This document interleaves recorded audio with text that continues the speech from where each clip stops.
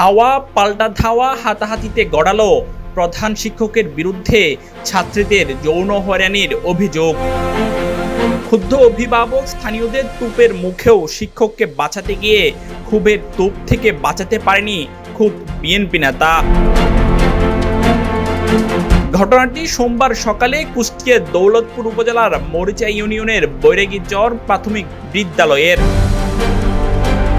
তথ্যসূত্র বলছে, স্কুলের প্রধান শিক্ষক কামরুজ্জামান কামাল দীর্ঘদিন ধরে একাধিক ছাত্রীকে যৌন হয়রানি করে আসছিল। শিক্ষার্থীরা বিষয়টি পরিবারকে জানালে ক্ষোভে ফেটে পড়ে এলাকাবাসী।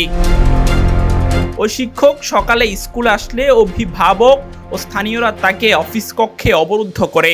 পরে খবর পেয়ে মরিচা ইউনিয়ন বিএনপি সভাপতি সাইদুর রহমান ছুটে আসেন স্কুলে।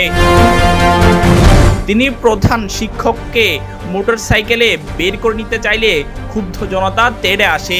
মুহূর্তে ছড়িয়ে পড়ে উত্তেজনা। হামলার শিকার হন অভিযুক্ত প্রধান শিক্ষক। আব্দুর রহমান ইমন, চট্টগ্রাম প্রতিদিন। নির্ভীক সাংবাদিকতায় আমরা আপোষহীন।